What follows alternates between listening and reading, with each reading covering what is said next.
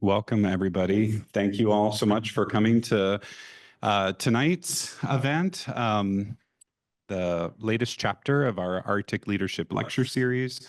We're very fortunate to have two people with us tonight. I'm going to introduce both of them. One is here with us in person in Schaible Auditorium on the UAF campus, and one is on Zoom. So let me introduce both of them. Colonel and Dr. Russ Vanderlugt is with us in person. He assumed command of the 11th Airborne Division's Arctic Aviation Command at Fort Wainwright on August 8, 2024. I got the privilege of seeing him take over that command. The Arctic Aviation Command is a brigade-level organization consisting of 71 aircraft and all aviation elements assigned to the U.S. Army's Arctic Division. Russ is a UH-60 Black Hawk pilot. In his previous assignment, he served at Joint Base Almendorf-Richardson as Joint Director of Strategy and Plans, J5 for the Alaskan NORAD region and Alaskan Command, a joint command reporting to U.S. Northern Command. He holds a doctorate in Arctic and Northern history from here, the University of Alaska Fairbanks. His PhD dissertation, Among the Dene, Lieutenant Allen's 1885 Trans-Alaska Expedition, highlights first encounters and the relationships between the U.S. Army and Alaska Native residents of the Tanana, Copper, and Koyukuk valleys. While serving on active duty, I should say I had a privilege of serving on his PhD dissertation committee, and he wrote an excellent dissertation. While serving on active duty in the Army over the past 24 years, he and his spouse have raised 4 children, now all teenagers. One is in the audience tonight, 2 of whom were born in Fairbanks. Our second speaker tonight is with us on Zoom. This is Captain Timothy Williams, who currently serves as the commanding officer of the U.S. Coast Guard's most remote and austere air station, leading the largest operational unit in Pacific area. The primary mission of Coast Guard Air Station Kodiak is to provide aircraft and crews in support of the Coast Guard's core missions, which include search and rescue operations, enforcement of laws and treaties, marine environmental protection, aids to navigation, and national defense missions.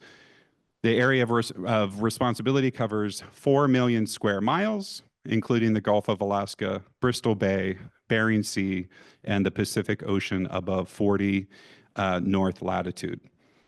Captain Williams commissioned into the U.S. Coast Guard in 2002 upon graduation from Officer Candidate School. He most recently served as the executive assistant to the U.S. Coast Guard's Director of Acquisitions Program and Program Executive Officer. His duties included supporting the management oversight of all Coast Guard acquisition programs and focusing on the modernization and recapitalization of surface, air, command, and control, and logistics assets in support of the Coast Guard's multiple maritime missions. He is a native of Orange Park, Florida, and holds a Bachelor of Science and a Master of Science degrees in Aeronautical Science from Embry-Riddle Aeronautical University. He holds a Master of Science in Systems Engineering from Johns Hopkins and a Master of Science in National Resourcing and Strategy from National Defense University's Eisenhower School. His wife, Jennifer, is also an active duty officer in the U.S. Coast Guard and currently serves as a regional behavioral health provider for U.S. Coast Guard District 17. So if you would join me in welcoming our 2 speakers. Colonel Vanderlugt will speak first, followed by Captain Williams, and then we'll turn it over to all of you in the auditorium and on Zoom to ask any questions or make any comments during the Q&A session. So thank you. Thanks, Brandon. Yeah. It's great to be here on a beautiful, warm, sunny Fairbanks night. I'd say if we weren't on Zoom, we should take this outside because the sun's warm enough. I think we'd be fine, and I'd be much happier being out in the daylight looking at the Alaska range. It's good to be here online with Tim. I haven't met him, but Alaska's a big place. Alaska's a small place, and interestingly, we're deploying some of my aircraft down to Kodiak over the summer. So I'm sure we'll be collaborating more in the future, and I really appreciate the Coast Guard's presence in Alaska and the support that they provide us. It's good to see some familiar faces in the audience, some younger than me, some older than me. Good to have my daughter here. I know I can't go past time because we have a cello concert to go to over at Davis Hall immediately following this. World-class cellist here in Fairbanks. So looking forward to that and just spending a little bit of time talking about the 5 questions that have been teed up. I'll try to stick to those questions. My approach tonight is going to be really to talk about the first 3 in my 20 to 30 minutes, and then I think we can hit the 4th and 5th ones during the Q&A. So that's how I'm scoping this talk. So the first question is really, how did my personal and professional trajectory lead me to where I am today? And I appreciate that question because I'm a firm believer that we're a combination of our personal and professional selves, and that they're inextricably linked and intertwined. And so I think it's appropriate to start this story about how I got into Alaska and the Arctic, how I ended up here, and hopefully that's some of an inspiration. Many of you are Alaskans, I know already. Some of you are maybe just going to school here and aspiring to stay and become lifelong Alaskans. So whatever brings you here tonight, sharing that story is an important thing, and I think provides the context for leadership in the Arctic. So I didn't grow up in the Arctic. I grew up in northern Minnesota. And as all good Minnesotans who love the North will say, Alaska is kind of Minnesota on steroids, and you get the bonus of the mountains. It's bigger, it's better than Minnesota. You have glaciers and oceans. And so it's really a place that we all Minnesotans desire to come. And I'm very glad that my journey at this point in my life took me to Alaska. Growing up, though, I dreamt about Alaska and wondered how I'd go there. And my first real chance that came was on my honeymoon. And I met this gal in college. She was from upstate New York. And when I say upstate, I mean the real New York. Think Finger Lakes, think Adirondacks. She's a tough northern New Yorker. And she seemed adventurous. But how could I convince her to go on a honeymoon to a frozen cold place rather than a typical warm beach honeymoon, which I know she desired? So I came up with a scheme, and it was really a scheme that involved a big surprise. She wouldn't know where we're going, and I would tell her on our wedding day what was in store. I would plan it all, and she would have to trust me, her groom, on where we were headed for the day of our wedding. So it worked. She said yes, and we're still married 25 years later, as the intro stated. So we actually became hooked on Alaska during our honeymoon. And it involved a comprehensive circuit of pretty much the entire road system, to include the Denali Highway, the Marine Ferry, Prince William Sound, all the places really that you can get to. And once I had hooked my bride on Alaska, I did manage to make up that beach vacation to her later on. So that's how we ended up here. I am an Army aviator, so I'm a Black Hawk pilot. I had to go to flight school, and that was my first stop after college. We got married right out of college, and I went down to what was then Fort Rucker. Now it's Fort Navasel, Lower Alabama, about as far from the Arctic as you can get. But I worked really hard so I could be on the top of the list for my choices. I chose Black Hawks to Alaska, and I got it. So piloting and flying in Alaska really let me take getting to know this state to a new level. Flying low level allows us to see the state in ways that most do not get to see Alaska, beyond the road system. So I took what I learned on the honeymoon and I went beyond with flying helicopters. And our mission and our flying area in Alaska is really the entire state. So that's, if you think about it, all the way from the Arctic Ocean, the North Slope, the Brooks Range, you have the Aleutians and the western coast out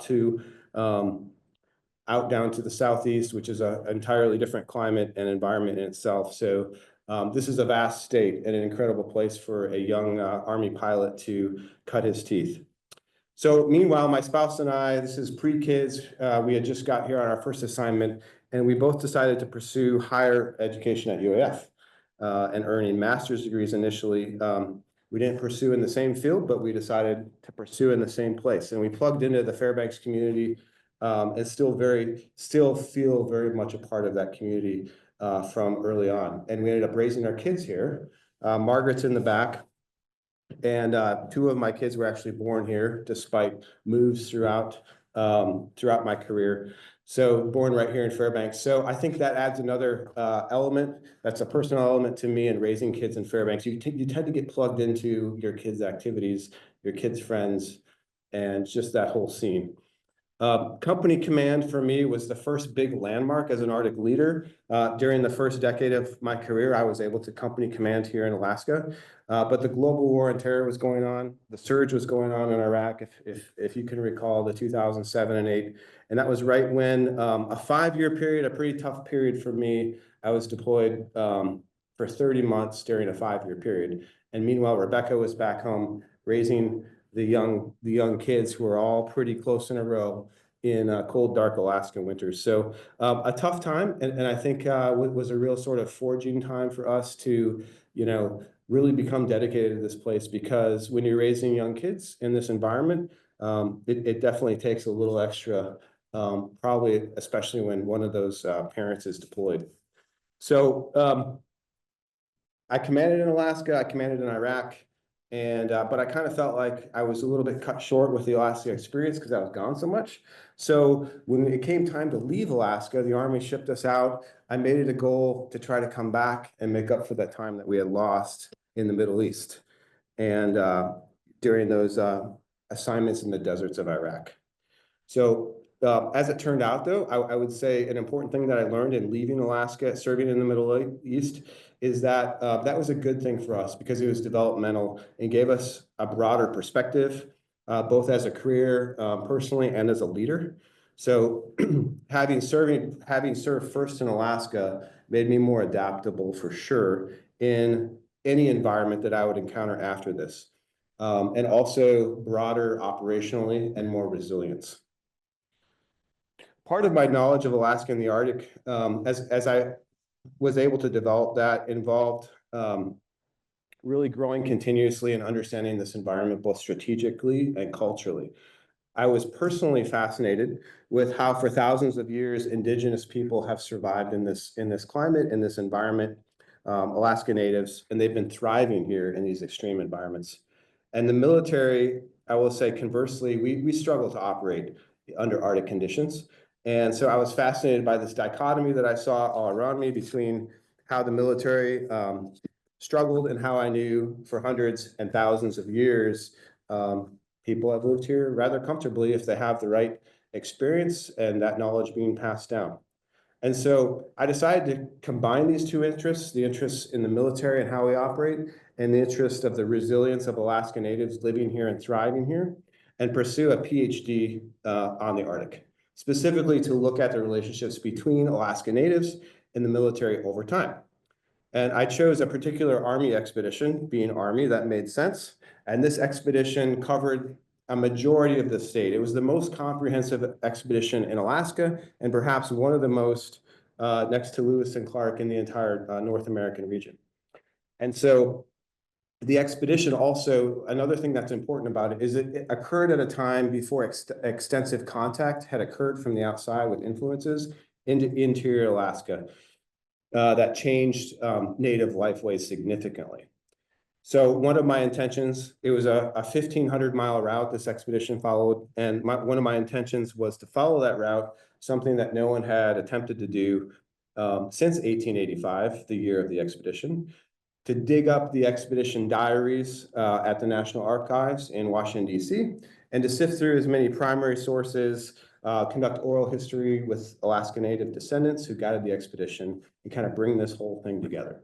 So I think that context in my education really helped me see a bigger perspective on Alaska.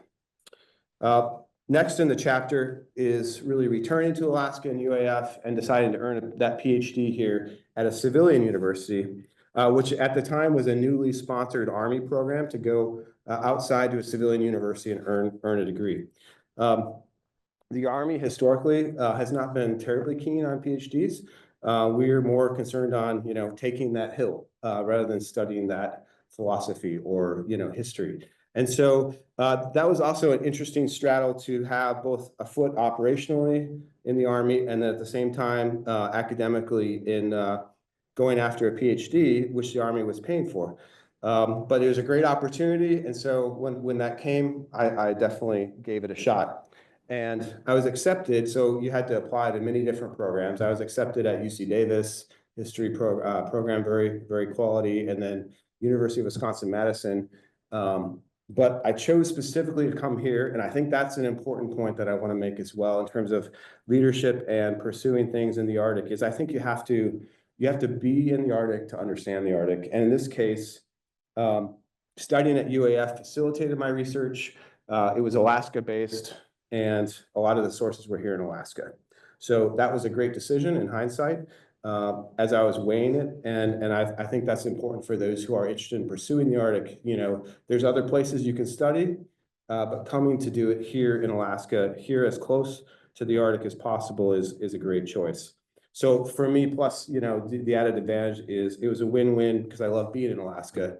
I love winter. I love winter sports, the sun outside. I know people like my daughter are excited for summer. It's about biking season again, but I want winter to last forever because I love March and it's my favorite month. And when I see the sun out, it's the snow is starting to melt and I'm sad. So being in Alaska was a win-win for me. And the lesson here that I would share is live and study where your research is focused, you know, rather than be an absentee researcher. Following my PhD, the next step was going down to Alcom, as Brandon mentioned. I was branded an Arctic expert, I guess, as someone who just got a PhD would be. But of course, we all have a lot to learn. The more you know, the more you realize you don't know. And the Army didn't know what to do with me because really no one else had a PhD in the Arctic. So where are we going to send this guy? He's kind of an anomaly and a one-off. But then, and this is another theme, you know, a opportunity that hadn't existed popped up. And an assignment came open down at Alaska Command to serve as an Arctic advisor for the commander, the 3-star Air Force commander, and to serve as a director of strategy and plans. And that position normally filled by the Navy. And Tim, you know, I don't think it was offered to the Coast Guard, but the Navy refused to send someone to Alaska for shore duty to do this thing in Anchorage. So did I want to take it? Of course. I jumped on that. It was great exposure to Alaska and the Arctic, and it really opened my eyes to the threats, to the peer threats of our adversaries here in Alaska, and the importance of trying to solve any defense problems through a joint perspective. Absolutely critical here in Alaska, where we need to protect in order to project from Alaska and into the Pacific. So I think that's also an important point when we look at our adversaries, the People's Republic of China and Russia and their activities in the region. They're right at our front door here. And we certainly see those things, you know, when I served in that previous position down there at Alaska Command. That was a real eye-opening experience for me in development. Okay, and that brings me to the current command. I guess I need to advance a slide here. That's what I meant to be talking about, but I think the introduction pretty much hit it. I'm a commander of a new organization, so I didn't really take over from anyone. It was established in August, and it was a new organization underneath the 11th Airborne Division. And basically how the Army structures these things, you have a division, and then you have a brigade level organization. That's the Arctic Aviation Command. And then below that are 2 subordinate battalions. The attack battalion consisting of H-64s, Apaches, and then the general support aviation battalion, which has all of our lift aircraft, all of our command aviation company, and our medevac, our air medevac. So also underneath the attack is we have Gray Eagle, which is the unmanned aerial system. And altogether, this is about 1,300 soldiers. So previously, these battalions, these supported units did exist here in Alaska, but they were aligned to Hawaii and they were aligned to Washington State. And so the genius of this whole arrangement is with the creation of the 11th Airborne about 3 years ago, is we were going to correct this alignment and pull everything underneath the umbrella of the 11th so that it's all about the 11th. It's all about the Arctic, responding both here in Alaska and throughout the Pacific region as our mission, both in extreme cold weather, mountainous, and high latitude environments. So that's the Arctic Aviation Command. And again, another, we'll say, stroke of luck or providence, because this assignment, this position didn't even exist even when I started my previous job. And so it's one of those things where I think this happens a lot in the Arctic because things are changing rapidly and positions are being created. And as we go into a field, we don't even know what those positions are going to be 2 and 3 years down the road. And that's what's really happened to me over the last two jobs that I wanted to hit on as a point. So like I said, all the aviation, all the active aviation elements, units, aircraft fall under this command, the Arctic Aviation Command here in Alaska. And it's been a great opportunity to build an organization from the ground up.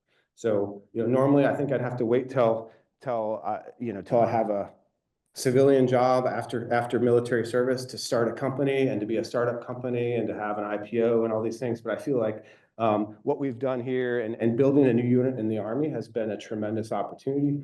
And to do it in the Arctic, this is the only Arctic capable aircraft that the active duty Army has.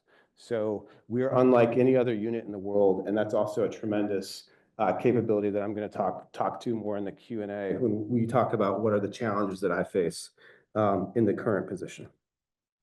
Which is a good segue to the next question, which is, what do you think makes leadership in Alaska and the Arctic unique or special?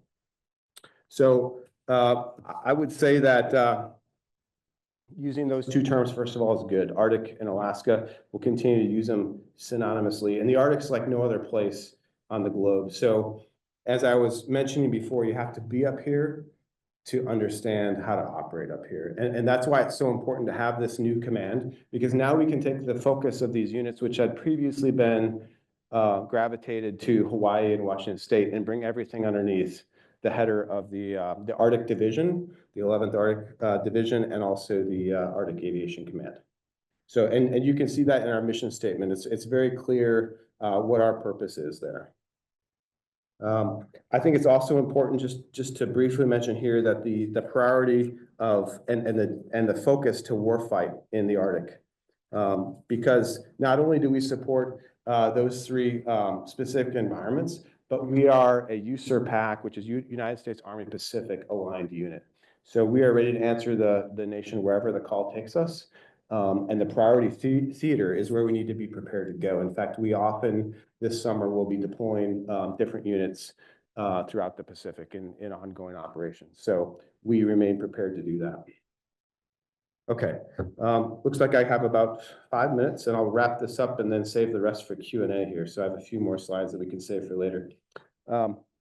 So what is my leadership style? As an Army commander, we publish a leadership philosophy or a command philosophy, which is really intended to communicate to our formations and subordinates what our leadership style is. And they can see that, and we explain it. So I summarize my philosophy or style as one of trust and engagement at echelon, which is an important concept in the Army where we have very stratified organization. So I tell each of the leaders or supervisors in the Arctic Aviation Command really that they need to do these three things: know their soldiers and their story, which is kind of where I'm coming from here in introducing myself. It's important for me in telling you about how to be a leader that you know my story, and then provide a purpose, provide the big why and that sense of belonging to that unit for each soldier. And that's important because a lot of folks come up here to serve aren't from Alaska.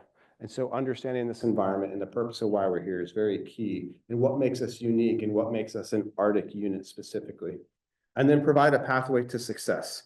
And on this one, I would say it's really important because the Arctic and Alaska, again, synonyms, it hasn't always been a pathway for success career-wise for military.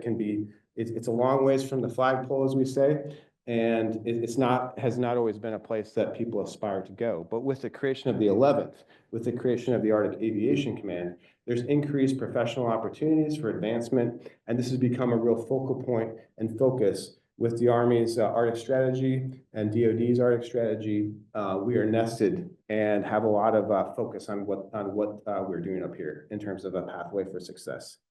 So, and just to summarize, then we need to have in the Arctic, the teamwork thing is more important than ever. So having that cohesive team, whether you're flying a complex advanced aircraft or whether you're out moving over the snow, trying to recover one of those aircraft that's done a precautionary landing, having that cohesive and trust-based team, and getting to that end state, which is the Army's way of talking about a future state, to be able to fight and win our nation's wars. Okay, so we talked about basically what my philosophy was. This shows the vision, and this is the unit vision. The way that I did this was I convened everyone in like a vision summit as we established this organization to try to get buy-in and modify this. So this isn't what we went into the summit with, but this is what we came out with. And so you'll notice a couple key things here. Very important in this environment to empower and develop leaders. If we have time at the end, I'll talk a little bit about the Army's approach to mission command, which is really how it's one of the things that makes our Army the best Army in the world. And it differentiates our Army from other armies of the world. But really, it's trust in those subordinate leaders to make decisions all the way down to the squad level. And then up here, we do this in the toughest environment in the world. I truly believe that when I look at my peers and where they're stationed throughout, what we have to do with both flight and maintenance and assuming risk is much tougher. And then, of course, the Army's mission to fight and win, and at our level here for the Arctic Division, for the Army, and for our nation.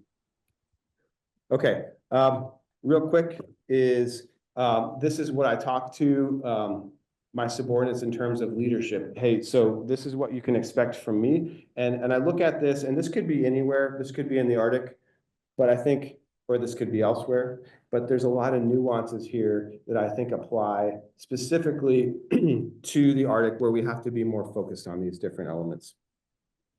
I also am very clear about what I expect from them. And this gets back into mission command, being able to execute things with disciplined initiative and to decentralize your execution allows leaders to take the higher degree of risk that you're going to see in the Arctic, especially in aviation operations. So that's one of the most important things. And we can do this when we understand 1 and 2 levels up what the commander's intent is, and 1 and 2 levels down. You can have mission orders and explicit instructions, but if you understand the overarching intent of those commanders at echelon, that allows us to really execute in a decentralized fashion, where you may have trouble with communications, or you may be prevented from the cold from moving or doing other things. I put this in here because I started out saying how important it is for us to have a purpose. And I think if there's any, historically, when we look at Alaska, there's been different command relationships, and it's been difficult at times to understand where the mission is focused. And so I found it very important in the Arctic Aviation Command to really drill down to what our purpose is as an organization and how that nests into the bigger purpose of what we do for the Army. So it's important there that, hey, we all volunteered to come to Alaska. Yes, it gets tough. There is the winter, and people deal with that in different ways. We need to help each other and help our buddies. But we volunteered, and we're part of this bigger picture to defend the nation, its interests, our shared values, and really it's all codified in the Constitution.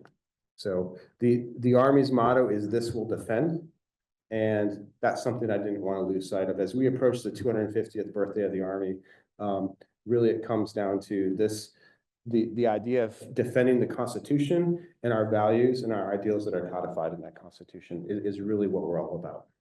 I think this is my last slide. Let me just cheat ahead. Yep, I can save that one. Okay, so last thing, and I'll turn it over to Tim here as we approach at the 30-minute point. I think it's really important to have the right organizational climate and culture in your unit. And this isn't just in the military. I'd say this is in any organization. In the Arctic, this comes into play because people are under increased stress. And this stress is evident, so you need to have outlets for that stress. You need to have a buddy system, frankly. We either buddy, wingman, or battle buddy in the Army. Sometimes in the aviation, we use your wingman approach. And so not only does it involve treating everyone with dignity and respect, but I usually call it the 3 T's. It's fairly simple: trust, transparency, and teamwork. And I find that if leaders at echelon are able to have these values inside of their organizations, they're going to get buy-in, they're going to get that unit cohesion, and that cohesion that's so important when you're out on a mission, when you're in a very extreme environment, when you're isolated, perhaps when your aircraft goes down in the middle of the winter, in the middle of the wilderness, what are you going to do, and what kind of cohesion do you have to stick together? That's where it really comes down to having that trust, transparency, and teamwork. And in the Army, we of course believe in good order, standards, and discipline. We need to do that to the utmost in our aircraft as we maintain them. No shortcuts, obviously, but this comes into standards with temperature and the things we can do as the risk elevates, as the temperature decreases. If we have time, I'll talk more about that as one of the challenges that I face to make those kind of risk decisions. But this is the overall, what I talk to my, as a leader of my organization, this is what I talk to my subordinates about in terms of really the bedrock of trust that we have. So with that, it brings me up to the fourth question, which I want to wait or punt to the Q&A and yield the next 30 minutes here or so to Tim. All right, I think that's my cue. I'll go ahead and take over. Thanks, Russ. Appreciate it. Really interested in hearing your world of work. Mine's a little bit different, but some things the same. So we'll cover a lot of that. But Captain Tim Williams, CEO of Coast Guard Air Station Kodiak. So I'm going to frame this a little bit differently. I'm going to tell a little bit. You guys already heard my bio. Career H-60 pilot. Flown all over the country. Second time being stationed here in Alaska, and I'll explain the importance of that a little bit later on. But I want to talk a little bit about what my unit does. I think there's some things that probably everyone kind of understands what the Coast Guard does, but also maybe some things that maybe a little different than what you expect. And then, like any good coastie, I'm going to get into a little bit of a sea story. Tell a story of a long-range SAR case that we did not too long ago, and kind of explain how Alaska and the Arctic throws some interesting curveballs at us. And then I'm going to take those leadership questions and apply it to that scenario, because that's what we deal with every day. But stationed here at Kodiak, and by the way, apologies I couldn't be there today, but I am sitting here in the pouring rain and overcast at Kodiak. If anyone's been here, it's pretty much ops normal for us. But our unit, not nearly as many aircraft assets as Russ has in his unit. Although you do get the ability to stand up a new unit, I get to carry on a legacy from 1947, operating out of Kodiak. That's how long we've been here in Kodiak, operating all through Alaska and the Arctic. So we have a pretty long legacy here at Kodiak. I currently have 6 MH-60 helicopters, soon to be 9. The next couple of months, we are growing to become a larger unit. They're all weather-capable aircraft, long range. We got a range of almost 800 miles. Got a really good radar on the aircraft, lots of fuel, lots of equipment, very, very capable aircraft. And we also have 5 C-130s, which are the big 4-engine turboprop aircraft. Do a lot of really cool stuff with that. Those have really long reach. And that's what we use to kind of execute our mission. To give you an idea of the scope of what we do, so my helicopters cover pretty much all the coastal areas all through Alaska. Just with the exception of the Panhandle in the southeast, there's a 3 helicopter unit down in Sitka that covers the Panhandle. Everything else we cover, and we can go 300 miles offshore, conduct our rescue, and come back without refueling. And then we can extend those legs if there's a ship out there that we can refuel off of, continue to go out there further. And then my C-130 Hercules can go much further. They cover everything from the North Pole, halfway down to Hawaii, all the way out to the Russian border, and then back over to Canada. And then we also deploy those aircraft internationally for other missions as well.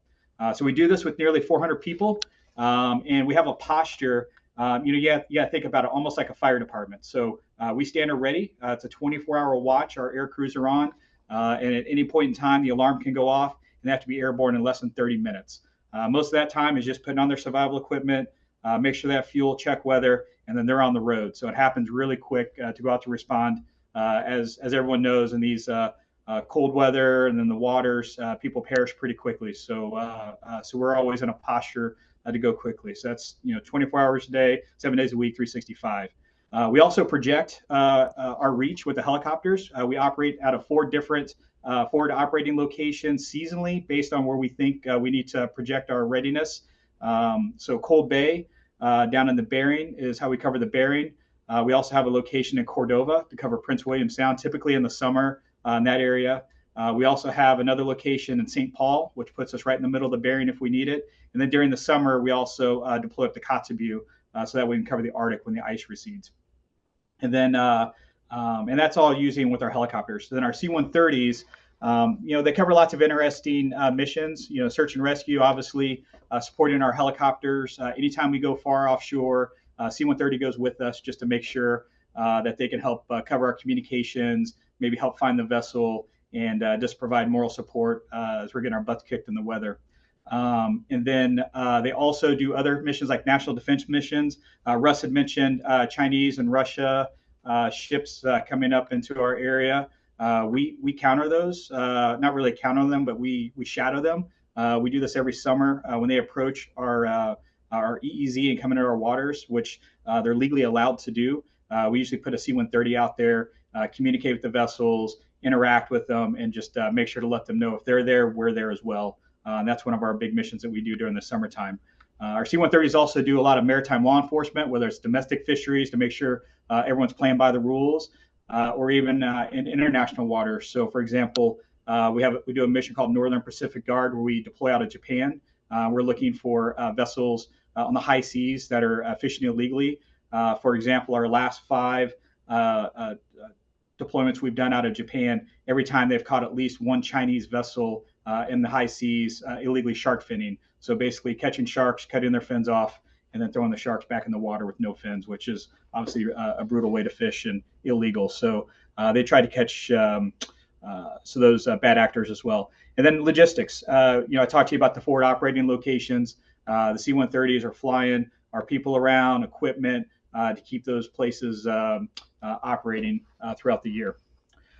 So something that's unique about Kodiak, before I get into the sea story, versus any other unit we have in the Coast Guard, is that everyone here is highly specialized. We do not take any new pilots. So to come to Kodiak, you already have to be an experienced pilot. You have to be qualified in your aircraft. So there's no one new. And then when they get here, they still have to go through another qualification. We call it the Alaska qualification. So it's another year on top of their training they've already had and experience to learn how to operate in this environment because of the ranges that we fly, the weather that we fly in, and some of the unique things that we do here. So I could say, so for my unit, we literally have the best aviators in the Coast Guard. So it's an honor and privilege to lead them. So getting into some of the leadership things, like I said, I'm going to tell you a sea story. So I'm going to tell you a SAR case. I'm just kind of lay out what the case is, what the plan was, and how things change. And then I could take some of those questions and apply some of the leadership's aspects to it. So before I get started on this, I will have to say I have to give credit here. So we do these cases, several long-range cases a year. This one in particular, I like to highlight because it's got some interesting aspects to it. But one of my pilots, Lieutenant Commander Caitlin Geaver, she actually wrote a really good article that's probably going to get published here soon. But she gave me permission to share off her story because the way she lays this out is really good. But basically, it's a long-range case, so I'll just jump into it. So the layout before this case starts, so we have a duty C-130 here in Kodiak. We have a duty H-60 here in Kodiak. I have a deployed 60 out to Cold Bay. And then I'm also going to utilize some other crews that are just floating around the unit that day. So the one quote I'm going to use from her story is actually the first line, which I'm going to quote here. At 2 a.m. on 26 August, Lieutenant Justin Baker had just completed what he described as the toughest approach in the worst conditions in his career. He and Lieutenant Bobby McConnell had just landed in Cold Bay after executing a mission that began 18 hours earlier. So that's what they felt like at the end of the mission. So here's the mission. So we get a call. There is a 26-year-old male that was severely injured on a catcher processor about 200 miles north of St. Paul. So St. Paul Island, middle of the Bering Sea, it's 200 miles north of there. Cold Bay is a couple hundred miles south of St. Paul. So pretty long distance they have to go. So here's where we start moving assets. So we take that Cold Bay helicopter that's deployed and we start flying them up to St. Paul is the plan. And we also know at this time that crew has already got a couple of hours on them because they'd already done a SAR case that day. So once they make it to St. Paul, they're going to be fatigued and they're not going to be able to fly anymore. So we have to get a fresh crew. So we'll have to figure that piece out. Also, being that far away, another concern of ours is if something happens to that helicopter and let's say they have a malfunction or something goes bad and they crash in the water, there's no one else to rescue them. So we have to do self-rescue. So to do that, we're going to launch the helicopter that's in Kodiak and fly it down to Cold Bay. And they're going to stage out of Cold Bay. So that way, if either they crash and they need help, they can go rescue them. Or if that helicopter were to break and they need a backup helicopter, then they're in a much better position to go respond. And then we're going to take our C-130, which has to now get a random recall crew here from work. So if you can imagine, we got, other pilots and air crew that are here at work for the day. And all of a sudden, we got a case going on, then with no notice, it's you, and you. You have 10 minutes to jump on this HERC, and you're probably going to be gone for the next 2 or 3 days. Go. So we load those guys into a HERC. HERC's going to go fly up to St. Paul. Once the helicopter gets to St. Paul, swap the air crew, get a fresh air crew. They're going to fly north to go do the case, come back, hand off to a commercial medevac helicopter or airplane, and then everyone returns home, mission complete. So that's the plan. So of course, in Alaska, it doesn't happen that way. So first off, as soon as we make the plan and we go to execute, so all these aircraft start moving around and positioning to do this, the Schaible volcano erupts. So if you know anything about volcanoes or volcanic ash, they do not mix very well with aircraft. They will deteriorate all the parts on the aircraft and pretty much destroy it. So that's no good. You can't fly into it. So now, the aircraft going to St. Paul, no problem. They're north of the volcano, no issue there. Our C-130 cannot fly direct to St. Paul, so now they have to divert all the way around almost to Dutch Harbor and then turn north and head up to St. Paul. And then the helicopter that was going from Cold Bay or from Kodiak going to Cold Bay, well, they can't make it to Cold Bay because now Cold Bay is covered in volcanic ash. So now they have to call the audible, land at Sand Point, they have to get fuel, and then move to Dutch Harbor, and they're going to stage out of Dutch Harbor, for the case. All right, so we averted that one. So now we'll be able to be good to go do the case. Except once we get to St. Paul, now the aircraft breaks. It's unable to start. The starter wasn't able to engage. And this is where we get more lucky than good at this point. Our flight mechanic, and one other thing that's interesting about the Coast Guard is, our air crew are also mechanics. So we don't differentiate between the two. So they're either flying with us or working on the aircraft. So it pays off in cases like this where aircraft breaks. I got someone who knows how to work on the aircraft, and he just happened to have the part on him. It's a part that frequently breaks on the aircraft. Typically, they don't carry the parts with them, but this one flight mechanic was old school. He actually happened to have one in his helmet bag and able to fix the aircraft on the ramp. So they go fix the aircraft, and now the aircraft launches out of St. Paul to go do the case. So they fly up, they do the hoist, they hoist the individual off the boat, they make it back to St. Paul, they land, and about the same time they're landing, a medevac aircraft, a commercial medevac aircraft lands in St. Paul, hands off the patient, and then now the patient's on their way to Anchorage. So usually at this point, we take a pause, get everyone reset, get everyone their crew rest, and then we start demobilizing over the next day and getting everyone back home. Except in this situation, we don't have a hangar in St. Paul, and there's a big storm getting ready to roll in. So now we got another decision standpoint. So now it's nighttime. This crew has been flying all day. They're fatigued. And we either leave the aircraft outside with a storm coming in, which is probably going to damage the aircraft, or we tell them splash some water on your face and get going and get down to Cold Bay and get the aircraft safe, get your crew safe. And that's what we end up deciding to do. So the weather was good, fly down to Cold Bay. They still had plenty of crew day left on them, but they're just flying in that time of night where you tend to get fatigued a little bit quicker. But the crew felt good with the plan, so we started to execute. Now, meanwhile, the C-130 returns home. So the H-60 is flying by itself at night down to Cold Bay. And what you know, the weather rolls in. And now the crew is stuck above the clouds, getting down to Cold Bay. They shot an instrument approach about 3 a.m. in the morning, down to minimums, getting into Cold Bay, which, not the optimum thing to do, especially fatigued after flying all day, but they take care of the case and everything's good. So at that point, everything's stable. Now we can start coming home. Except the next morning, as soon as that crew reset and they're getting ready to come home, now there's another case. Now there's a 41-year-old male 200 miles south of Cold Bay that's suffering from a heart attack on a big container ship. So that crew, now remember this crew in Cold Bay, that was the crew that was randomly at work 2 days ago. and then they got pulled to go do this case, fatigued, flew all night, and then now they're getting ready to go home. They're ready to go home. They weren't supposed to be on the road, and now they're getting ready to fly 200 miles south of Cold Bay to go execute another case. So they go down there, they hoist the individual, fly back to Cold Bay. C-130 comes in, picks up that patient, and then takes them back to Anchorage. And then from then, everything starts to quiet down, and we start to demobilize over the next day and get everyone back where they're supposed to go. So but said and done, for this whole mission between these two cases, our crews logged 30 hours of flight time, flew over 1,400 miles, operated out of 4 different locations over the course of 3 days for 2 lives saved. And that's a pretty monstrous effort.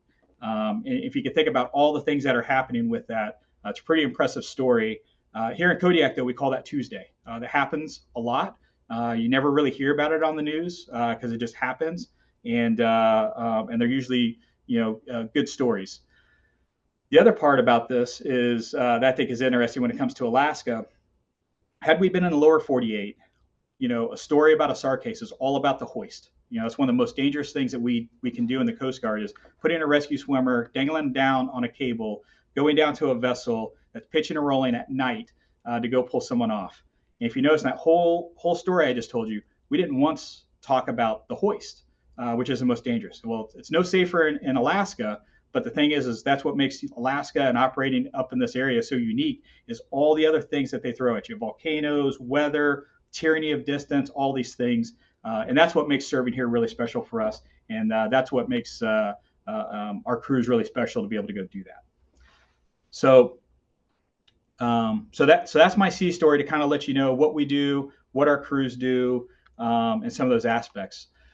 So I want to go ahead and get back and get some of these questions as far as our personal and professional trajectory lead you to this role today. So I'll tell you. So for me personally, I kind of struggled a little bit when I was growing up trying to figure out what I wanted to do. I think a lot of us do. And for me, it was I wanted to be a pilot, and I also wanted to be a firefighter. And I ended up going to an aeronautical university to learn how to fly, but also at the same time I was a volunteer firefighter. And I really loved them both. And it was really conflicting for me because I liked staying in duty.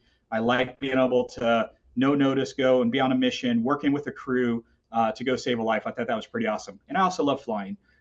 So that's when I found the Coast Guard, and that was almost a match made in heaven and one of the best decisions I ever made. Now looking at, the Coast Guard, coming up to Kodiak is the big game for us. So I told you, so no new pilots come here. And also to come here, you have to be pretty much top of your game. So by the time I made it to Kodiak, it was my 3rd operational tour the first time. It was my 3rd operational tour.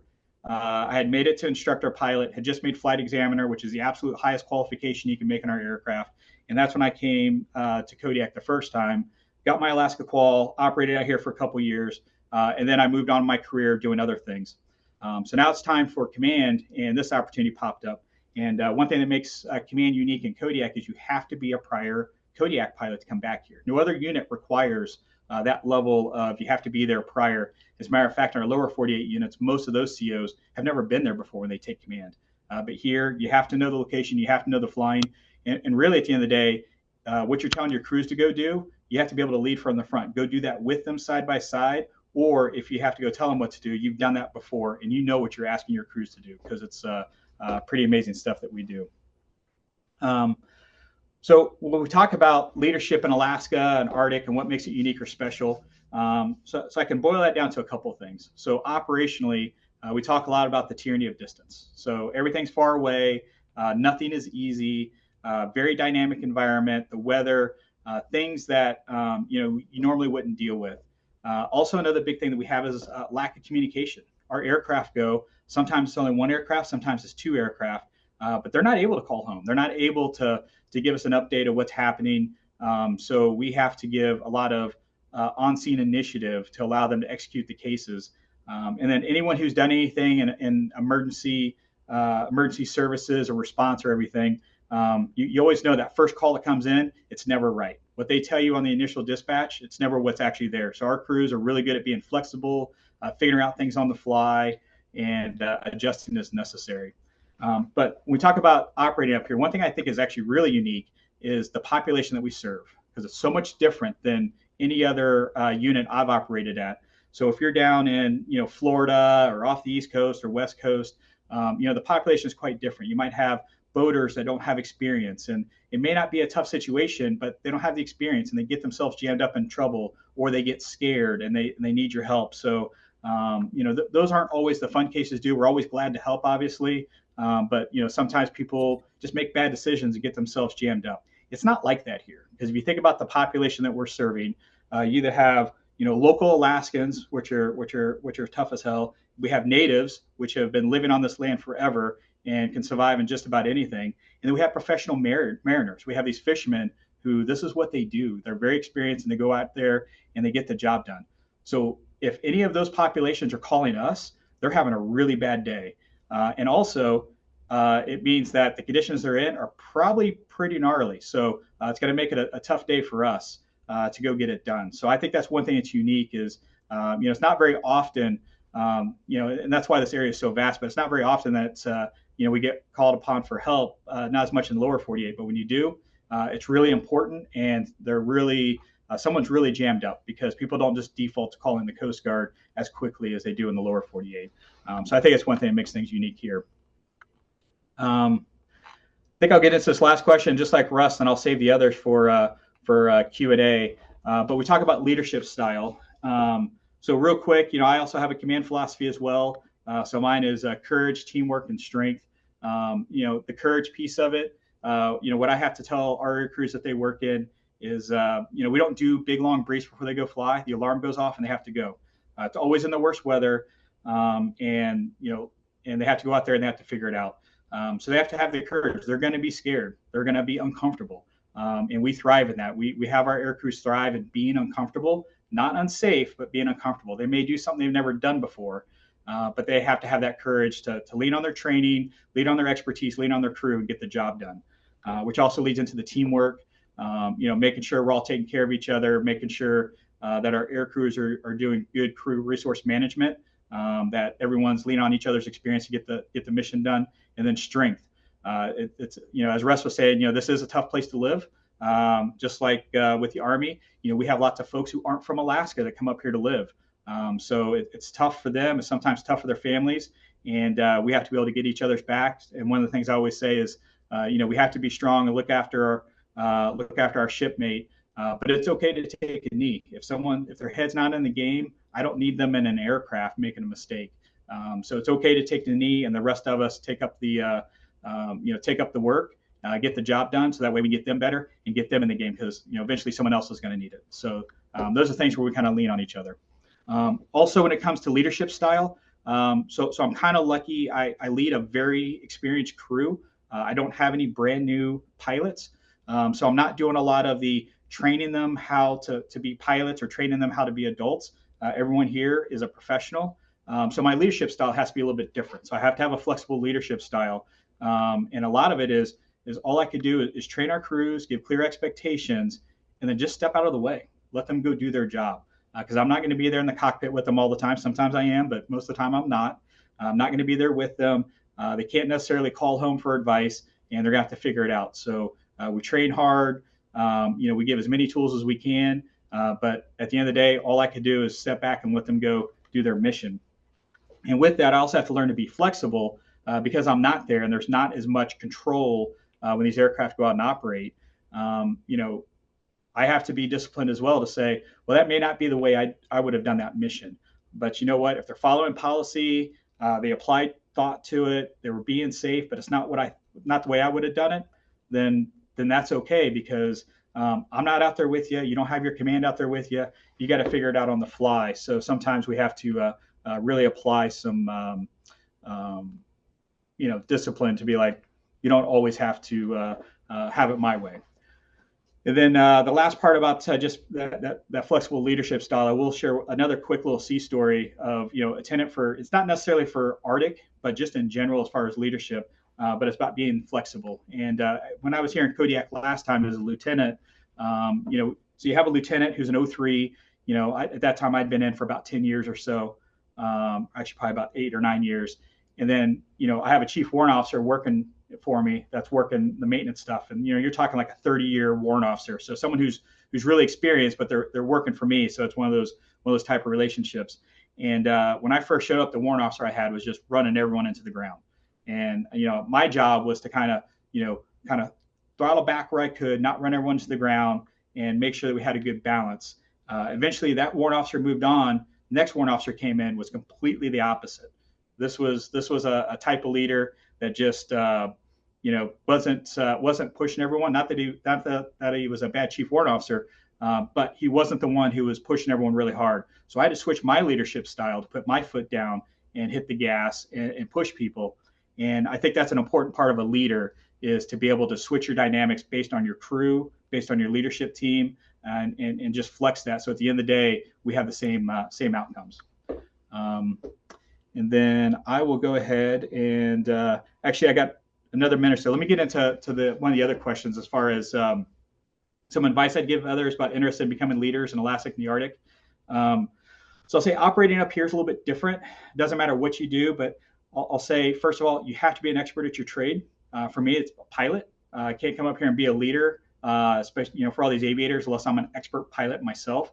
I think you can translate that to about any other job that we do up here, and I think you have to have that solid foundation, because the Arctic is not very forgiving. So you have to be an expert yourself, and then you grow into being that leader. I'll also say never stop learning, and that's everything. That could be academics, but that can also be other trades, other things, and then especially learning from locals, learning from natives, learning from people who have lived there their whole life, and those things, and be open to that learning, because there's just so much that you can learn up here. And then, like I already said before, is be flexible. Just like the case, where I just talked about all the stuff happening. You never know, a volcano is going to happen, an aircraft's going to break, any of those things. You just have to expect that. You have to expect those surprises and thrive in that. Look for that and just see those as opportunities, and just be prepared and not get down on yourself. When you have something going on with your aircraft or the weather or whatnot, you can't worry about how you got there. All you can do is worry about how to get out of it. Know that stuff's going to happen, and have that flexibility and that resilience to just work through the problems, because Alaska is going to give you plenty of those problems. And then finally, that last piece is focusing on our people. Everything that you do as a leader, whether it's Arctic or whatnot, it's all about people, both who you're serving and who you're leading. And I think that's one of the most important aspects of it. And I'll end off here with a quote that I got from one of my CEOs when I was a junior pilot on my first tour, talking about people. And he always used to say, you don't have to, as a CEO or a leader, you don't have to worry about the mission as much. You worry about the people. You make sure that you got them trained, everyone's taken care of, everyone, the family situations are good. Make sure all that's squared away. The people will take care of the mission. So as long as you take care of the people, the mission is just going to, the people are going to handle the mission, and the mission will handle itself. So that's all I have. I'll go ahead and kick it back to the group, and we can get into some QA. Okay, so we will turn it over to the audience, both here in person and on Zoom. We'll take a couple of questions here first, and then we'll take a couple on Zoom. So thoughts, questions, comments? Good evening, gentlemen. Just curious if you can expand on the pros and cons of joint operations in the military. Specifically to Colonel Vanderlugt here, working down at J-Bear. Just curious about your experiences there. And then, of course, Captain Williams, if you can expand on that from the perspective of the Department of Homeland Security, that'd be cool as well. Okay, yeah, this is a great question for both of us, because I consider Coast Guard one of my partners when I'm talking joint, absolutely, especially here in Alaska, without a strong presence of the U.S. Navy. Tim gave a great vignette about some of the search and rescue that they do. And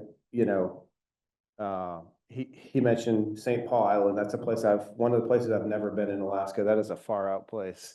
And hats off, Tim, to you and what you guys do to fly out there. Cold Bay I have been to, but a lot of these places are really joint places, like from the very beginning. And we look at the Aleutian campaign and where we first kind of encountered, we had occupation of U.S. soil during World War II. The only place in North America where our enemy actually fought and occupied U.S. soil and it was instantaneously a joint problem. And we found in the Aleutian campaign during World War II that we did not have unity of command. We had issues with chains of command, and certain generals were fired, and there was inter-service rivalry. And what came out of that essentially was the formation of Alaska Command, which was one of the first unified commands created after World War II, and it was really to address that problem so that it would never happen again. And we saw other iterations in the Cold War where that structure was challenged, refined, reduced, and then recreated. And there's several oscillations and kind of like a sine wave, if you will, of when we surged, where we had more joint forces in Alaska, where we had fewer joint forces. But search and rescue is a great illustration of how we have to be joint, because we have this thing called the Rescue Coordination Center. And whereas Tim's team is mainly coastal and maritime, we have the Air Force out of J-Bear, and then we have a strong contingent. We have 15 medevac UH-60 or HH-60 Mike model Blackhawks here that are on a similar string, doing things primarily in the interior, north to the Brooks Range and to the Arctic coast. And a lot of times it's not our decision who that mission goes to, but they're going to look at the full gamut of joint assets available, whether that's the Air Force Pavehawks, whether that's us. Do we need C-130s in there as well? But it really gives for all Alaskans, they can sleep well at night knowing we have joint coverage for rescue coordination, for search and rescue across the entire state. So in peacetime, I think that's a really big deal, that capability that we have. It also helps us keep sharp on our wartime mission, and we have to be able to do medevac operations and large-scale combat wherever the nation may call us to go. And so doing those missions not only helps Alaskans here in Alaska, but it keeps us sharp on our wartime mission as well. Tim, you have something to add, I'm sure. Yeah, no, I appreciate that, Russ. So a couple of things. Yeah, good point on the joint rescue coordination. We do, to be honest with you, my experience, haven't had a whole lot of experience, at least, we talk about the rescue point of view with Army, but we have worked with the National Guard with Pavehawks and their C-130s, and, definitely an asset there. But, stepping back, when you just talk about joint operations, a lot of times, when you think of that, you don't always think of the Coast Guard. And you mentioned, so we're in DHS. And the Coast Guard's a very interesting organization. I'm not going to spend too much time diving into it, because you can get me talking about it all night, because I love my service and I love our mission and what we do. But we are a full-time military branch, but we're not under DOD. And it confuses a lot of people they're like, well, is the Coast Guard actually military, and why is it underneath the DOD? So we are military, but we're not on the DOD for a very specific reason. It has to do with our roots back when we were founded in 1790. And it has to do with a lot of our law enforcement capabilities. So on the high sea, or on the navigable waters, we have a pretty substantial law enforcement capability to the point where, for instance, we as U.S. citizens, we enjoy the Fourth Amendment. So, if someone were to come into your house, your vehicle, have to have probable cause or a search warrant. Well, out on the seas, we don't have that possibility of getting that all the time. So we're actually exempted from that just on navigable waters. So we can't come to your house or your car or anything else like that. But if you're on the water, we can actually board your vessel and search and figure out who you are, what you're carrying, and safety equipment and things like that. So we carry a pretty high threshold for law enforcement capability, and we call that our Title 14 authorities, and then our Title 10 are our military authorities. So we can switch back and forth. But in order to do that, so we don't violate the Constitution, we can't fall underneath the DOD. So that's why we always fall underneath DHS. So I say that to say, when we talk about in the joint environment, when we talk about normally where we operate, we talk about that threshold of action or war or whatnot, 0 being complete peace, and then 100% being full on, we're at wartime. That 0 to 80% is where the Coast Guard really thrives, because we have those capabilities, to board vessels, whether it's potential drug smugglers, terrorists, or any of that type of stuff.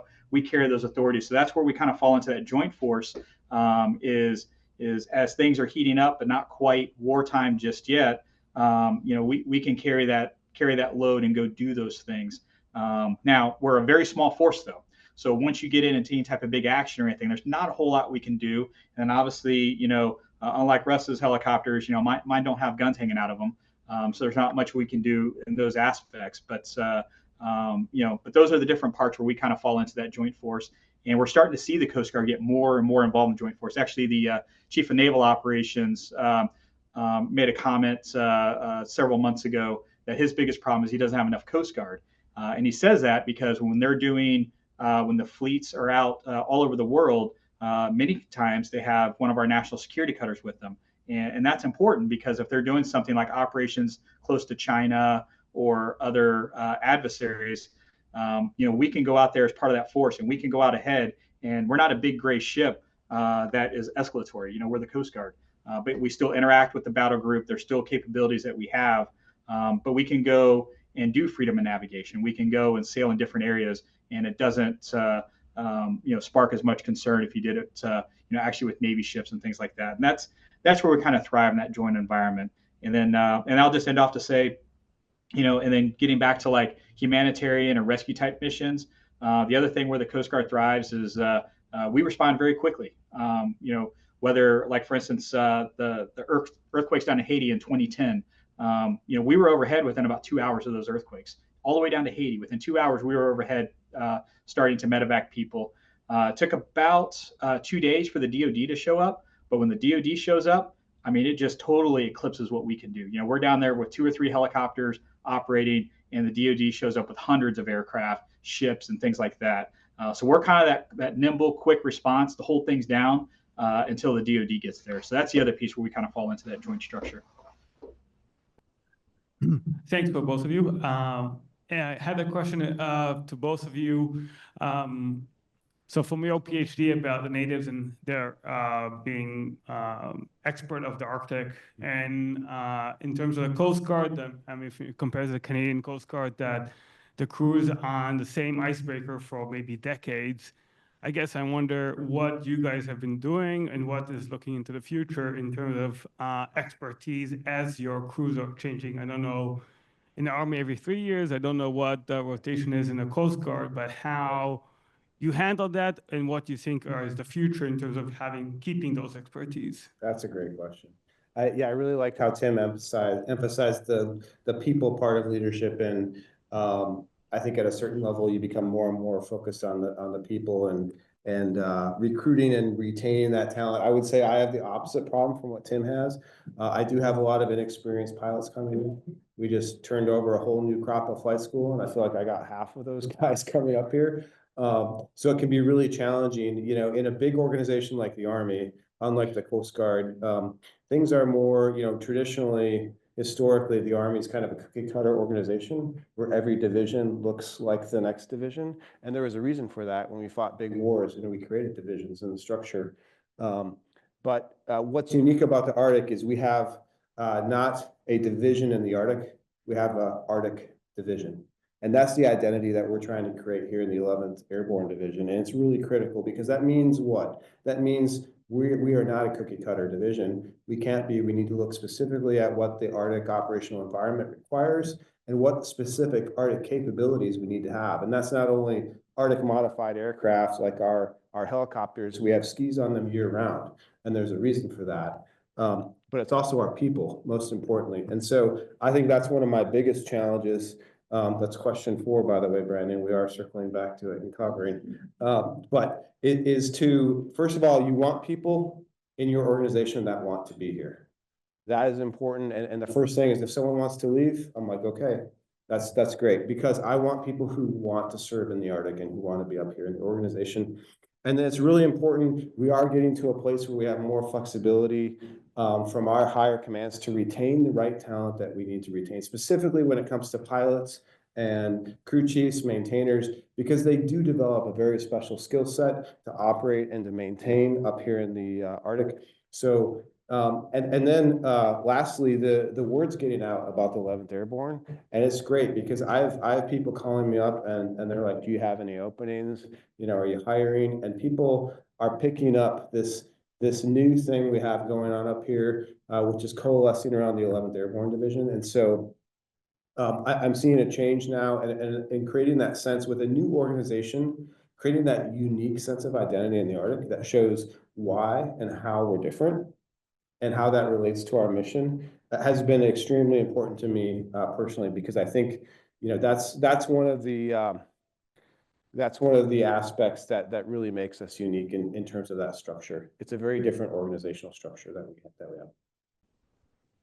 Great. I think we'll move to questions online. So from Gretchen, this one's for Colonel Vanderlugt. Did anything surprise you when setting up the Arctic Aviation Command? Anything you would do differently? Yeah, well, I could see quickly that the focus hadn't been on surviving and thriving in the Arctic. And so I had to look at it broadly and really take the long view, because the focus had been, in other areas. And so just a couple of notes there is we do an Arctic survival course for aviators. It's called the Isolated Survivor. There's a long Army acronym for it, something about Isolated Survival Cold Regions course or something.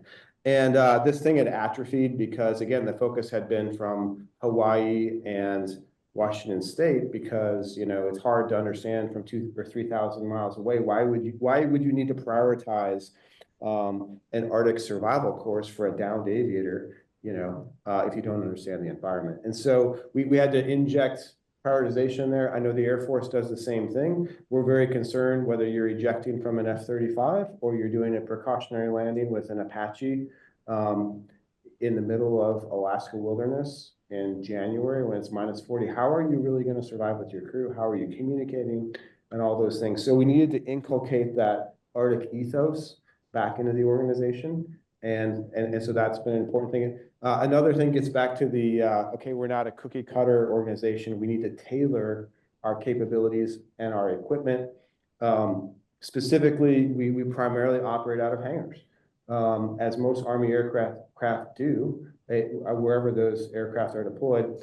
But we also need to be able to deploy those aircraft to the field and operate them in the field environment and do maintenance on them in the field. And so what we don't have is a scalable, deployable hangar, which can quickly be put around and encapsulate a single aircraft, allowing us to do cold starts when it's -30 degrees, allow us to do an engine replacement, or whatever the case may be. So some of these things, these are Arctic initiatives, Arctic innovation that we need to do specifically from an aviation perspective to be more capable in the Arctic. So putting a focus on those types of things. Great, thank you. We'll take one more from online, then go back to the room. This one's from Kevin. He's curious about what sorts of training you have had beyond the job itself that specifically strengthens your capacity to accomplish your missions or goals. Likewise, how do you balance your goals individually and how that affects your ability to lead others? I'll let Tim take first step. Thanks. Yeah, so I know you were kind of mainly focusing on off the job, but one thing I will say, job stuff, then I'll get off the job. A big initiative we're doing here is obviously we're a maritime service. We thrive in that maritime environment going offshore. But we've over the last couple of years have really grown into make sure we're experts inland as well to back up where needed. So as a matter of fact, next week we actually have some mountain training that's happening, and we have one of the HATS instructors, which is a school out in Colorado. We're flying them out, and they're gonna work with us on some mountain flying and some things we do is like urban SAR and some different things to make sure that we're not just getting comfortable in the maritime environment. We're also stretching ourselves to be able to operate wherever we need to go, in case we're needed inland or just honestly, just to make sure our air crews are just the best they can all around, be able to fly in any type of environment. That's the main goal. Now I'll say off the job, living in Alaska is very unique. And like both Russ and I have said, we get a lot of folks at our units that are not from Alaska, never been here before. So I've actually found, so we do some Arctic, not Arctic, but we do some local cold weather training as well here in Kodiak. We do that as a, downed aircraft and have to be able to survive until rescue gets there. But what I've actually found is actually classes like that has paid more dividends for off duty than on duty. How many of our folks go out and they go hunting or, they go hiking and they get caught up in a storm or someone gets hurt. And now they're trapped over somewhere and they have to stay overnight and have to be able to signal, make fires and stuff like that. I've actually seen more use for that type of stuff. We've actually increased our survival training almost that aspect, and actually bringing in more families as well to that type of stuff, to learn how to live and operate here. And then that also expands out, making sure, people are, learning safe ways to hunt and fish and hike and all those things to do here, so they're safe. And that also helps us on our job as well, because, many cases we're rescuing civilians, and, you got to know the types of environments they're in, what people are doing, and be able to know the environment that people are operating in. To know that yourself also makes you a better rescuer as well. I think I would add, that's great, Tim, and I would add that aspect about risk is really important here. Don't be afraid of risk, embrace it and mitigate it. And that's what I tell my people. And whether we're getting ready to deploy to combat, I don't want to be taking a certain risk or doing a certain maneuver, or developing a certain plan that I could have trained for, and taking some of that risk early at home station before deploying into combat. The same way as how I feel about cold weather. So a good example is my medevac company is, so we get a medevac and it's minus 42 degrees. And it's life, limb, or eyesight. And this person is possibly going to fail if we don't get out there to get after them. So what do we do? Well, have we trained? I'm much more comfortable launching a medevac at minus 42, real world, if I've trained at minus 42. So I need to be more comfortable as a leader taking a risk in a training environment so I can execute those real world missions. And then there's ways to mitigate those missions. Like normally I would send single ship medevac, but can I do it multi-ship to mitigate the chance of a precautionary landing or something like that at minus 42? So I would say a big part of serving in the Arctic is becoming comfortable with risk, owning that risk, and being able to mitigate that risk through your training plan. Yeah, it's interesting, Russ. If I could pile on to that, one thing that makes our operating here unique, in the lower 48, when the weather's good, that's when everyone wants to go fly. And when the weather's crappy, everyone's canceling for weather because it's not safe. And we're completely the opposite. When the weather's good, it's like, nope, go enjoy the weather, because we don't get that very often. And like days like today, it's not too bad. It's 500-foot overcast. That's perfect training weather. We have weathermen's that are much less stringent than anywhere else. And we encourage our folks to go out there and go operate in it, because I'd rather you do that now training and then on that dark and stormy night, and it's the real game, and you got to go out there and do a rescue. And it really shocks a lot of people when they get stationed up here. They're like, we're really going to go fly in this for training? It's like, yeah, actually, you're encouraged to get out there, go do that. And that just makes our air crews better. But, just like Russ saying, it's all about risk. Yeah, we have a higher risk of potentially having a mishap or something happening, but that risk is so much easier to address doing it that way than kicking someone loose on a case in the middle of the night in really crappy weather, because we're going to go. That's our job. Our job is to take risk and get out there and go serve the public. Well, first of all, good evening, and thank you for joining us tonight for our class. So this is coming from something that Colonel Vanderlugt said earlier, but of course, Captain Williams, you're welcome to answer as well. So Colonel, you said that your leadership style is a combination of personal and professional versions of yourself, if I understood the quote correctly. I was curious, would you say that there's a direction of flow from one to the other? So like, does your personal, I guess, views and goals influence your professional? How does your professional influence your personal? And which side would you say you lean on more, or are they both equal? Yeah, well, that's a difficult question for any person or leader to answer. But I think that the passion originated from the personal side, and then bled over into the how can I make this in my profession a passion that I have. And now over the years and decades, like they become so intertwined, it's hard to know what is that personal passion versus professional passion. And now I just am passionate across the board. But obviously passionate about the Arctic and loving to do things, and wish I could be out doing stuff tonight in the Arctic, because this is my favorite month. But I think what Tim said resonated in terms of it's ever even increasingly more important in the Arctic that you're able to do everything that you ask your soldiers or your subordinates to do, and that you've actually had the experience doing that out there in the Arctic, whether that's a 500-mile snow machine trip or a flight at 200 feet off the deck over the water in the black of night. You have to have that experience. You have to have that knowledge of Alaska when the mission comes down. These can't be foreign places or foreign concepts for you. And that's why I really like Tim and the Coast Guard's perspective to command, is that they only want commanders with previous experience up here. I think that's an excellent policy. We're not quite there yet on the Army, but we are moving towards a more targeted talent management concept across the officer corps. And so they're looking for those folks that have both the professional background, but also that personal passion and background that has led them into that field, that direction. And that's why it was so important to me telling the story, coming into this whole thing is I think that is critical. I can't say that it's, I can pick one or the other, but I think it comes down to, as you kind of go through the leadership steps in the military and probably in any organization, I think more and more I rely on my instinct. And my instinct is a combination of all the things that I am. It's kind of like the sum of all those things I've accumulated throughout my life. And it's more about, I make decisions more based on who I am than anything else. And so that personal aspect, I would say, would be the big circle that I have that surrounds my professional self, which at one point I'll hang up the uniform, as we all will, and move on to a different thing. But for now, it's 100% what I'm doing, and I'm 110% passionate about it, right? But that's why I think, we're looking for people in the Arctic who have that bigger passion, that personal passion. There's only, I think the latest stat was there's like 4 million people that live north of the Arctic Circle. That's not a very high percentage of our total global population. And there's a reason for that. And it's a certain unique type of person that enjoys this environment that's so extreme.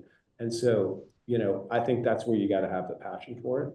And we're trying to find that type of person and talent. Tim, what do you think? One thing I would offer, and again, my computer was vapor locked a little bit. I didn't hear the whole question, but as far as command, and one thing that's at least the Coast Guard philosophy, and I believe Army's the same way.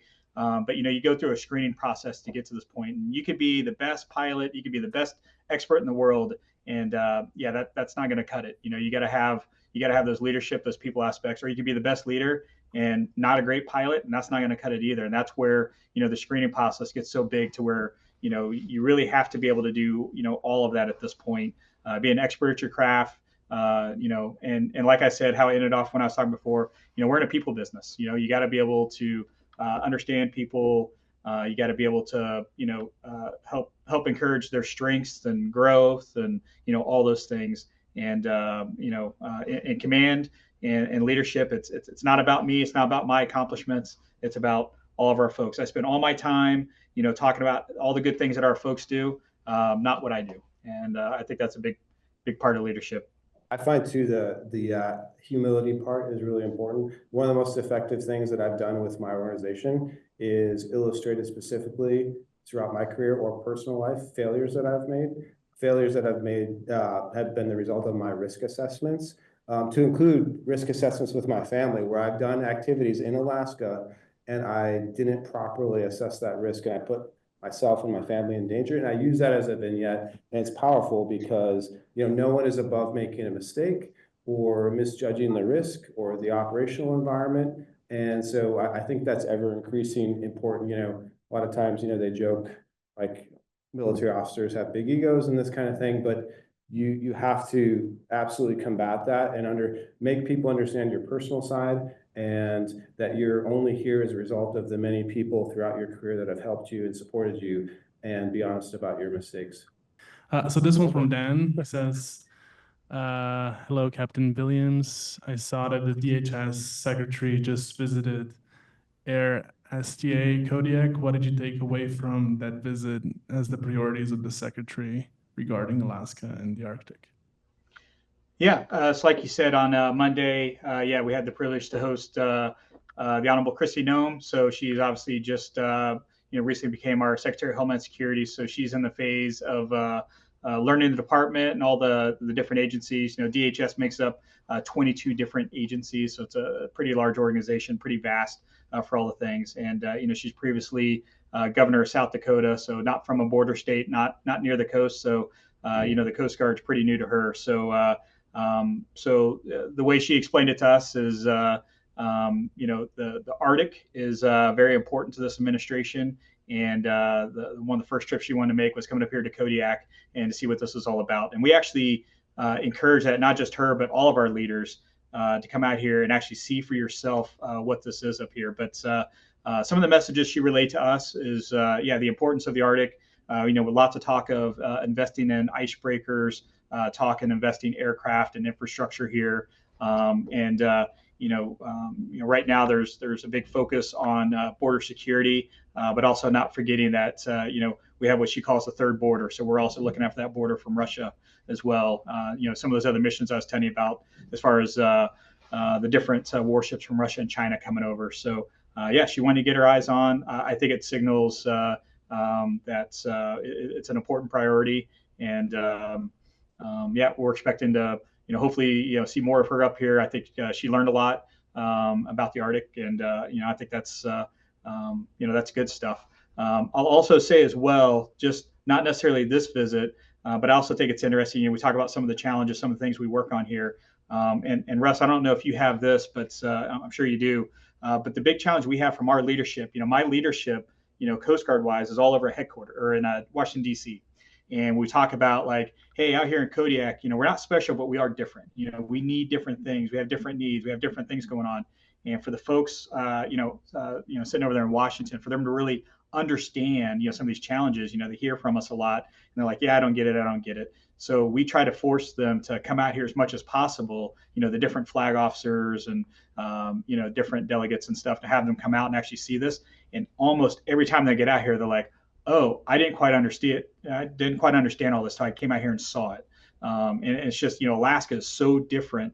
And then, they take that back with them. And then when we, talk about some of our challenges, some of the resourcing issues and things like that, it takes me, 45 days to get a rotor blade. If I need a new rotor blade in lower 48, they can get it in 2 days, and explaining like, why is that? Well, the weather's bad and the ships may not come in here for 2 or 3 weeks because of the weather. And once they actually see it, I'm like, oh, wow, the weather really is bad. And, oh, you're not connected, to the road system at all and things like that. So, so we really enjoy it when any of those leaders come out and come visit us. And it's a huge opportunity for us to really sell what we do up here. And, we get lots of good resourcing from that. Last word on that, and then Sure, okay. go ahead. Okay, yeah, I couldn't underline that. It's a great point to end on. We're an Arctic nation because of Alaska. It's the only place on the globe where the U.S. can act unilaterally in the Arctic, is because we own Alaska and it's here. And I think it's hugely important to get our leaders from DC and anywhere in the lower 48 to come up to Alaska. We have national strategy. We have DoD strategy, Army, Coast Guard, they all have strategies. But until you come up here and experience the Arctic and see the challenges that we have, that changes the game. And so I think it's incumbent upon us leaders in the Arctic who are serving in the Arctic to be able to convey that message and what we see as the future of the Arctic, because these strategies are all about, the Arctic's changing so rapidly, and we have to be agile to that, and we have to be adaptive and flexible and all these things. And to be able to forecast and to see into the future, how do I envision my organization and the 11th Airborne Division 5, 10, 20 years down the road, and what we need to be capable to be doing, is a really important message that we need to carry the water on, so that when those leaders do visit, we can show them, in their short visits up here to Alaska. That's a great note to end on. So we'll wrap up Q&A at this point. Thank you so much to Colonel Vanderlugt and for Captain Williams.